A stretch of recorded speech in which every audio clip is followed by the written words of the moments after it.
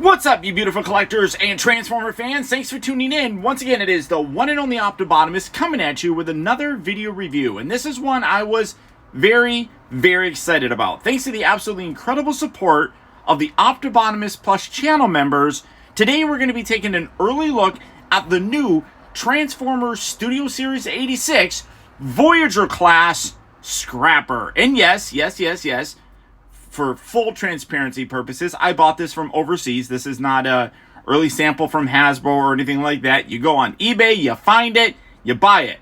Simple. Transparency. I'm not going to drum things up and make it sound like it's anything more than it is. But this is a Studio Series version as Scrapper and the Constructicons appeared in the Transformers 86 animated movie. And at first, I was really kind of on the fence about this because a lot of the pictures, a lot of the things that we saw in terms of the teases and things of that nature really just looked like a, for the most part, scaled down version of what we got with the Combiner Wars one, which is still a fantastic figure. I no longer have it. I knew that we were going to be getting this, so I ended up selling it. So I do apologize. I'm not going to be able to do a direct comparison between this one and that Combiner Wars one, but I do have a couple other figures I'm going to do a comparison with to kind of give you an idea of how big he basically is going to be. Most people are going to want this for Devastator.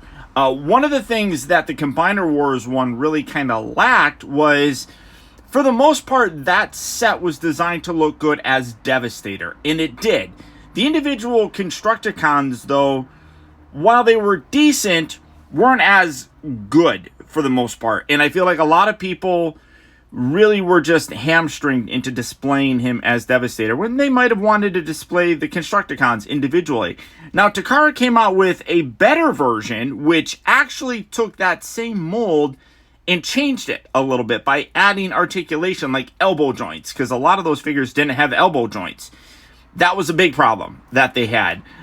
So a lot of people were kind of thinking that maybe Hasbro would do something similar to what like Takara did, scale it down a little bit, but keep the articulation. And there are definitely some of those same elements with this guy, but for the most part, it is a different figure. It is smaller, but I feel that it scales better, which I think is the overall benefit of it.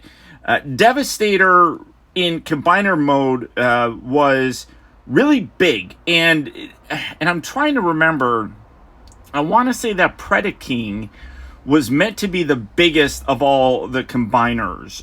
Devastator was one of the most powerful, and obviously he was the first one, and he was the only one that was in the 86 movie because they were, some of you don't know this, they were also developing the movie at the same time that the first and second season, I think, of the animated series was on television. And by that point in time, Devastator only existed. So that's why there's no other combiners in the 86 movie. That's just a little bit of a tidbit for you guys. But the overall look of this guy is fantastic. Starting off first with his accessories. He does come with 3 different blasters. Now, as I mentioned, this is a Voyager class figure, so we're going to talk about that a little bit more into it. It's a $35 figure, and the value, we're going to discuss that. So first off, he comes with his very G1 style blaster, which looks really good. It's molded in this black plastic. Simple is what it is. He also does come with these 2 other blasters. This longer, upside down, this longer blaster thing, you can see it's done in this purple plastic, and this blaster as well. Now, the keen eye of you may notice that this does combine here. Get it? Because it's a combiner. Yeah. You lock that in there. And now you have Devastator's BFG. And it looks good. I'm impressed with it. There's a more substantial solidness to this blaster than this one. Especially like when you look at the back section. I mean, like it's a solid chunk of plastic. I think it's 2 halves. There might be a screw inside there. I can't really tell, but you just stick that on there and you have that. Now, is it Bloosh compatible? No, it's not. That don't sit there. So no blushing. Is this blush compatible? Yes, I'm stealing that from you, Amigo. I'm sorry. That one's kind of blush compatible. So complete to Bly or whatever. But the overall look of this guy is really solid. He's a front loader, I think that this is called. There's some gapping that you can kind of see here. And again, this is where I was talking about being a $35 Voyager figure. You would kind of expect a little bit more to go into it. It really kind of feels like an oversized deluxe figure for it. The color is fantastic. A lot more of this neon green kind of thing that matches with the animation a whole lot more than what the Combiner Wars one did. But it does what it needs to do, but it's definitely one of those things where there are aspects that are lacking in it. Nice molded in detail with the ladders there on the side. But for the most part, I mean, yeah, tires.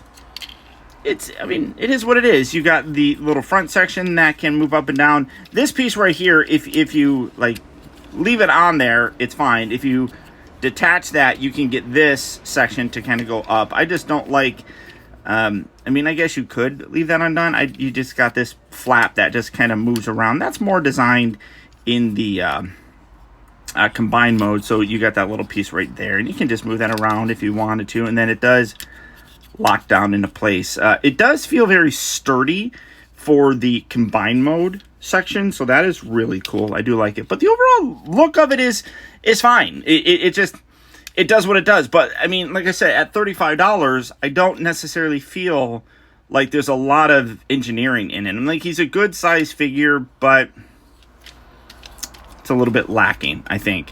Now, one of the most important aspects is the Devastator mode. Now, this section here makes up pretty much the lower bit of his leg. There's going to be an additional section that's going to be right up here that is primarily going to be made up of long haul. So as a leg, he's going to be a little bit bigger. This is kind of like from like maybe like the knee area down. For the most part, like I feel like the knee, you can see like these little tab sections here. That's where it's gonna more than likely slot into place. To go into the combined mode, it's very simple. We're just gonna take this and fold this forward. That'll lock into place, and then take this bit, rotate this down, and lock that down right there. Come down here to these side bits, which will become the arms. Detach that, take this whole back section, just kind of bend this, and then take this little canopy, rotate that around, and then bring that back, lock that into place right like so, and then just rotate these around. And on the inside here, you got slots that line up with his arm that will put that right there. Do that on this side as well, and that will, come on, there we go. Wait, what? There we go. And there you have primarily his leg mode for this. And like I said, it's gonna be bigger. Like I said, it's gonna extend to about there. But giving you kind of a comparison on how big he is, this is probably going to be the easiest comparison to kind of do. But here is Menasor. And the Devastator figure, from what we've seen in the pictures, is going to be a little bit bigger than Menasor is. But you can see that, like I said, the rest of the leg is going to come up to about here. So it's going to have it a little bit higher on him. He's maybe a head or so higher, or taller, I should say, than Menasor here. So I think that the scaling is really pretty decent. One of the things that always kind of aggravated me, for the most part, was that the Combiner Wars Devastator was always about the same height as the Titan class Omega Supreme. And it shouldn't be. Omega Supreme should tower over him. But while I don't have that Omega Supreme anymore, here is Predaking. And this is another one where I don't know how people are going to feel about this. I do think that Predaking, and I'm trying to remember, just going by memory, but I do believe that Predaking is meant to be the largest of all the combiners. So, again, with the thigh coming up here, he is going to be shorter than Predaking, but not by a ton. I feel like just the overall proportion, I want to say he's going to come up to Predaking's chest, specifically that lion head that's on his chest. So I think that the overall scale is solid. I'm happy with it. Better than the Combiner Wars, ultimately. And I think that's what you have to kind of look at. Which one is going to be a better option? And then for another comparison, here is the Studio Series 86 Optimus Prime. So again, I think that the overall scale is pretty decent. Him having, like, he's going to come up to there on him. So I just imagine, like, 2 Optimus Prime figures kind of doing the height aspect of things. So I think, again, scaling is going to be great. I know that I seem to be harping on it, but that's the most important thing. And I feel like the scaling of that Combiner Wars one was one of the aspects that really kind of, after the fact, in hindsight, was a little unfortunate for him. Now, to transform him into his robot mode from this particular mode, we're just going to take these legs, kind of bend these back like so, fold these bits forward, and this is going to come around here. This is really stiff. Pop these feet out. Maybe they lock in there very securely. And let's see if I can. Come on. Spread you. And get you. Let's see if I can get a. There we go. Just wedge a fingernail in there, apparently. There we are. All right. And then you fold these bits down and collapse these into each other. Locking that into place. Locking that into place. This, you can rotate that back up and around this section here. You want to detach that, hinge this, and that will sit there along the back section. Take these arms, fold these out, rotate them around, bend the elbow around that way, and then fold out the fist. Do that on this side as well. Pull it away from that tab, rotate it, bend at the elbow, fold out the fist. Then take this section. A lot of this stuff is very similar to what we got in the Combiner Wars one. This part here is different, though. This folds out, and then you can rotate his head back, and then collapse that. And there you have Scrapper in his robot mode. And, I mean, I think that this guy looks fantastic. And this is what I was going to talk about.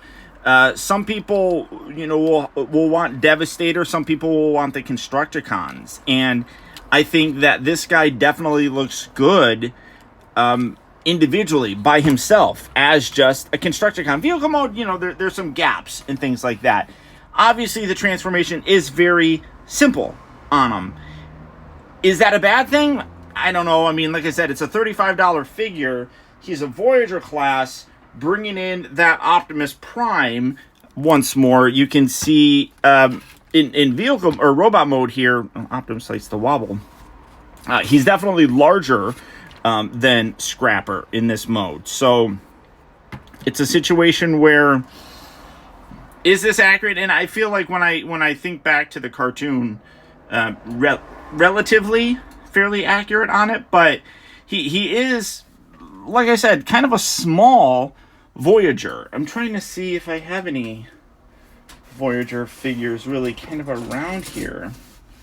Well, this Optimus is a Voyager, so setting him here, setting him there. I mean, I guess, he's a leader class figure, but a lot of it is because of all the stuff that he comes with. So he's a little bit taller than him. So you can kind of see that the overall size is decent for all intent and purposes. I'm okay with it. I think, like I said, people are going to want to either have him as Devastator or the Constructicons, and I think both are going to look pretty good. Articulation-wise, the head is on a bit of a ball joint, where you can get a little up and down, left and right. Shoulders here do hinge in and out, and they also swivel. Do be careful because it does kind of lock in. You got these tabs there, so you do when you have it all the way down, it'll lock into place. So you kind of have to pull it out to get it to move around. He does have a swivel at the elbow. He does have an elbow joint, which is nice. Like I said, I'm trying to remember if that original one did. I don't remember, honestly. But he at least has an elbow joint, which is good. You do have kind of a hinge going on here. Now, some people have complained about, at the Voyager class price point, should we have all this hollow plastic? You even have some here in the back. Part of that is, you know, for the thigh. It doesn't need to be as deep as that, but the thigh does kind of go in there. That's a valid criticism, that a Voyager class figure, especially when you look at this is the Voyager figure, and this is like damn near perfect. I feel like there shouldn't be that much hollowness to it. So that is a valid complaint as well, especially when you're looking at that $35 price. The other aspect is he does not have a waist swivel.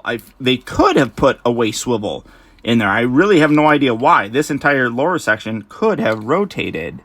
Don't know why. He does have, well, and it's, I don't know if you can access it in this mode, but as part of, oh yeah, we'll cover this more when we get to Devastator, but he does have an ankle pivot because he's got a waist that can turn sideways like that. So, like I said, I feel like they still could have put a waist swivel in there.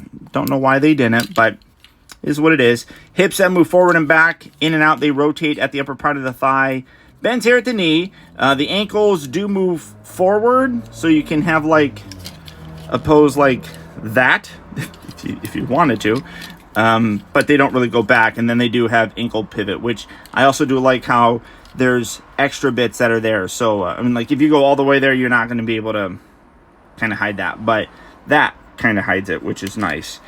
Ultimately, I think that this guy is an upgrade to the Combiner Wars 1, which is why I did end up selling the Combiner Wars 1. I think that, as I mentioned, you have the luxury of having a good-looking individual scrapper figure, and I'm definitely thinking that Devastator is going to look good as well. The prototype pictures that we saw from Hasbro really do impress me with this guy, and I think that the overall scaling is on par with what I would want for a Devastator. Big, kind of consistent with the other combiners, but smaller than Omega Supreme as he should be, and smaller than Predaking, who, if in my, maybe it's just in my mind that Predaking was always the biggest one, but everything, all the boxes check for me. I do agree that I think that the pricing on this is a little bit high for him. You get the gun with them, but you don't get any extra bits to go along with them to kind of warrant a higher price point. There's going to be a couple deluxe ones that are out there. I feel like this is really a little bit larger of a deluxe figure. I don't know why they couldn't just charge you the $25 deluxe price when they've given us deluxe figures that you know, are kind of like legend size figures, but at the higher price. I feel like this could be a $25 figure and I'd be happier with it, but at the end of the day, it's a $10 difference.